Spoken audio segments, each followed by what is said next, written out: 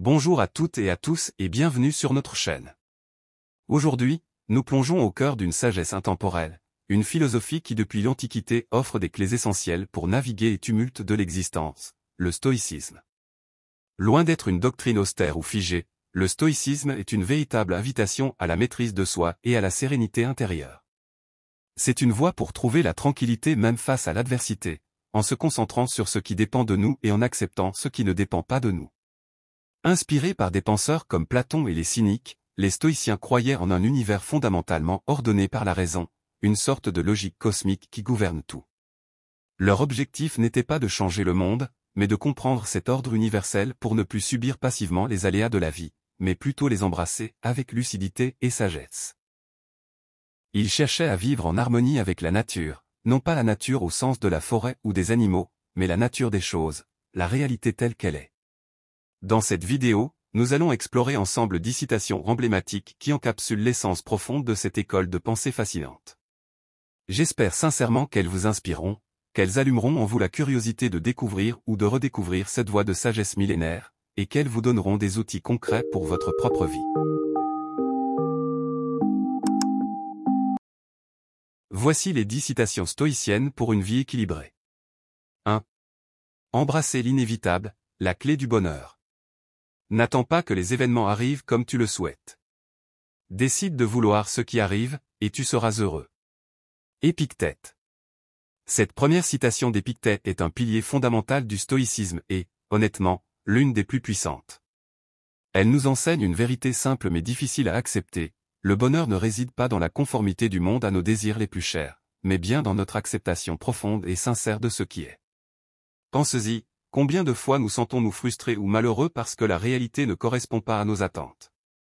Épictète nous invite à changer de perspective. Plutôt que de gaspiller notre énergie précieuse à lutter vainement contre l'inévitable, contre des circonstances qui sont hors de notre contrôle, il nous suggère d'apprendre à accueillir ce qui se présente. C'est un acte de courage et de sagesse. En alignant notre volonté sur la réalité, en disant oui à ce qui arrive, nous trouvons une paix durable et une forme de liberté qui nous était inaccessible auparavant. Ce n'est pas de la résignation, mais une acceptation active. 2. Se préparer aux défis humains. Dès l'aurore, dis-toi d'avance, je vais rencontrer un indiscret, un ingrat, un insolent, un fourbe, un envieux, un égoïste. Marc Aurèle. Marc Aurèle, cet empereur philosophe dont les écrits sont des méditations personnelles, nous offre ici un précieux exercice de préparation mentale. Ce n'est absolument pas une invitation à sombrer dans le pessimisme ou le cynisme. Au contraire, il s'agit d'être profondément réaliste quant à la nature humaine et aux interactions quotidiennes. En anticipant les comportements parfois difficiles, frustrants ou même malveillants d'autrui, nous nous armons d'une résilience émotionnelle incroyable. Cette prévoyance nous permet de ne pas être pris au dépourvu lorsque ces situations se produisent. Nous ne sommes plus choqués, déçus ou blessés de la même manière. Nous pouvons alors réagir avec calme, avec discernement et avec sagesse, plutôt que sous l'impulsion de l'émotion, face aux inévitables frictions que nous rencontrons dans nos relations humaines. C'est une manière proactive de protéger notre propre paix intérieure. 3. La raison contre les fureurs de l'âme. La raison veut décider ce qui est juste, la colère veut qu'on trouve juste ce qu'elle a décidé. Sénèque. Sénèque, l'un des plus grands maîtres du stoïcisme, met ici en lumière le conflit perpétuel qui se joue en nous, celui entre notre intellect, notre capacité à raisonner, et nos passions, notamment la colère. La raison est cette faculté qui cherche l'équité, la justice, la perspective la plus juste et la plus objective des choses. Elle pèse le pour et le contre, elle analyse les situations. La colère, elle, est impulsive, aveugle et profondément biaisée. Elle ne cherche pas la vérité ou la justice, elle cherche uniquement à imposer son propre verdict, souvent hâtif et destructeur. Les stoïciens nous exhortent avec insistance à laisser notre raison guider nos jugements et nos actions. C'est en cultivant la domination de notre esprit rationnel que nous pouvons éviter les réactions irréfléchies, les paroles blessantes et les regrets dictés par nos émotions les plus primaires. 4. La véritable source de nos souffrances. Ce qui trouble les hommes, ce ne sont pas les choses, mais les jugements qu'ils portent sur les choses. Épictète. Voici une révélation absolument fondamentale d'Épictète, et peut-être l'une des idées les plus libératrices du stoïcisme. La souffrance, la détresse, l'angoisse ne viennent pas des événements eux-mêmes, dans leur essence brute, mais de notre interprétation, de notre jugement sur ces événements. Imaginez un revers professionnel, la perte d'un emploi, un projet qui échoue. L'événement en soi n'est pas intrinsèquement bon ou mauvais, c'est notre jugement, c'est une catastrophe, je suis un échec total, ma vie est ruinée, qui génère la détresse émotionnelle. Si nous parvenons à modifier notre perspective, à remettre en question nos jugements automatiques, nous pouvons transformer radicalement notre expérience de la réalité et, par conséquent, notre niveau de souffrance. C'est le pouvoir de changer notre intérieur face à l'extérieur. 5. L'auto-observation de nos réactions. Considérez les occasions où votre chagrin et votre colère vous ont causé plus de souffrance que les faits eux-mêmes. Marc Aurèle. En écho puissant à la citation précédente, Marc Aurèle nous invite à une profonde et honnête introspection. Il nous pousse à regarder en arrière et à analyser nos propres réactions. Combien de fois notre propre chagrin, cette tristesse qui nous submerge, ou notre propre colère, cette rage incontrôlée, ont-ils été infiniment plus destructeurs pour nous que la situation initiale qui les a provoqués? Cette observation n'est pas un blâme, mais une occasion d'apprentissage. Elle nous pousse à reconnaître le pouvoir disproportionné que nos émotions négatives peuvent exercer sur nous si nous ne les gérons pas. C'est le premier pas pour cultiver des réponses plus mesurées, plus sereines et plus constructives face aux défis de la vie. 6. La valeur intrinsèque et non dépendante.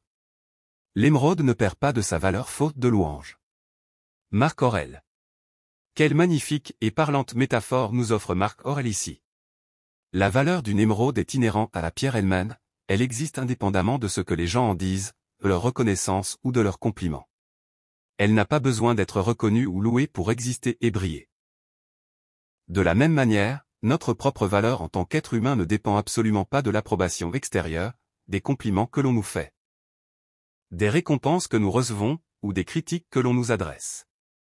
C'est une invitation fondamentale à l'autonomie intérieure, à cultiver une estime de soi solide qui trouve ses racines en nous-mêmes, et non dans le regard souvent changeant et superficiel des autres. Cultiver cette gêne intérieure, car sa valeur est éternelle. 7. Du renoncement à l'action délibérée. Quand tu auras désappris à espérer, je t'apprendrai à vouloir. Sénèque. Cette pensée de Sénèque peut paraître à première vue quelque peu déroutante, voire cynique. Désapprendre à espérer ne signifie pas tomber dans le désespoir ou abandonner tout désir. Au contraire, cela signifie se libérer des attentes irréalistes et passives, celles qui nous lient à un futur incertain et nous rendent vulnérables aux déceptions. L'espoir, dans ce contexte, est souvent une attente de quelque chose qui n'est pas sous notre contrôle. Une fois affranchis de cet espoir aveugle, de cette attente passive que les choses se déroulent comme par magie, nous pouvons alors réellement vouloir au sens stoïcien du terme, agir avec intention claire, avec discernement, et avec toute notre énergie, en nous concentrant exclusivement sur ce qui est véritablement en notre pouvoir. C'est une transition de la passivité à une action résolue. 8. Le potentiel illimité de l'être humain.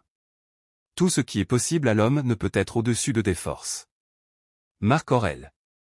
Marc Aurèle nous lance ici un défi à la fois puissant et profondément optimiste. Si un autre être humain, quelle que soit son histoire ou ses capacités, a pu accomplir quelque chose, alors, en théorie, cela n'est pas intrinsèquement au-delà de nos propres capacités fondamentales. C'est une affirmation retentissante de notre potentiel inhérent, un rappel que les limites que nous percevons sont souvent celles que nous nous imposons à nous-mêmes, soit par peur, soit par manque de confiance. Ce n'est pas une garantie de succès, mais une puissante incitation à l'effort, à la persévérance et à l'exploration de nos propres ressources intérieures. C'est un appel à oser, à se dépasser, en sachant que la nature humaine porte en elle une immense force. 9. La prière stoïcienne, discernement et acceptation. Que la force me soit donnée de supporter ce qui ne peut être changé, le courage de changer ce qui peut l'être, et la sagesse de distinguer l'un de l'autre. Marc Aurèle. Souvent attribuée à diverses sources spirituelles ou programmes de rétablissement, cette citation est en réalité profondément et intrinsèquement stoïcienne. Elle résume à elle seule l'essence de la pragmatisme stoïcien et de leur vision de la vie. C'est une prière non pas pour que le monde change pour nous, mais pour que nous changions notre rapport au monde. Elle demande la force d'accepter avec dignité ce qui est hors de notre contrôle, ce que nous ne pouvons modifier, comme la pluie qui tombe ou le passé qui est passé. Elle demande le courage d'agir, de prendre des initiatives là où nous avons un impact réel et où nos efforts peuvent faire une différence. Et surtout, elle implore la sagesse cruciale de faire la distinction claire et nette entre ces deux catégories. C'est la clé de la tranquillité d'esprit stoïcienne. 10. Le pouvoir de la transformation personnelle. L'important n'est pas ce qu'on a fait de nous, mais ce qu'on fait de ce qu'on a fait de nous. Jean-Paul Sartre. Bien que cette citation ne soit pas directement issue des textes stoïciens classiques, elle est de Jean-Paul Sartre, une figure majeure de l'existentialisme. Elle incarne de manière parfaite l'esprit et la finalité de cette philosophie. Sartre exprime ici l'idée fondamentale que nous sommes toujours, en fin de compte, responsables de nos propres réactions et de nos propres choix, quelles que soient les circonstances de notre passé ou les événements que nous avons subis. Les expériences passées, les blessures, les injustices ne définissent pas notre identité future de manière irrévocable. C'est notre réponse à ces événements, notre manière de les intégrer et d'agir ensuite, qui forge notre destin et notre caractère. C'est une puissante affirmation de notre liberté radicale et de notre capacité inépuisable à nous redéfinir et à nous transformer, quels que soient les points de départ. Cultiver sa liberté intérieure. Voilà, 10 citations intemporelles qui, j'espère sincèrement, vous ont offert un aperçu plus approfondi de la richesse, de la pertinence et de la puissance du stoïcisme dans le monde d'aujourd'hui. Cette philosophie n'est absolument pas une quête de l'absence totale d'émotion ou une incitation à devenir froid et indifférent. Au contraire, c'est une discipline de l'esprit rigoureuse et bienveillante, qui nous aide à mieux comprendre nos émotions, à les accepter sans les laisser nous submerger, et à les gérer de manière constructive. C'est un chemin éprouvé vers une liberté intérieure inébranlable, un état où notre bonheur et notre paix ne dépendent plus des caprices extérieurs, des fluctuations du destin ou de l'opinion d'autrui, mais de notre propre attitude, de nos propres choix et de notre propre sagesse face à la vie. Le stoïcisme nous invite à être les architectes de notre forteresse intérieure, impénétrable aux tempêtes du monde. Si cette vidéo vous a plu, si elle a éclairé votre esprit ou si elle vous a inspiré, n'hésitez surtout pas à laisser un pouce bleu, à partager vos propres réflexions ou citations préférées dans les commentaires ci-dessous, et bien sûr, à vous abonner à la chaîne pour ne manquer aucune de nos prochaines explorations philosophiques. Votre soutien est très apprécié et nous encourage à continuer. À très bientôt pour une nouvelle plongée dans les profondeurs de la sagesse humaine.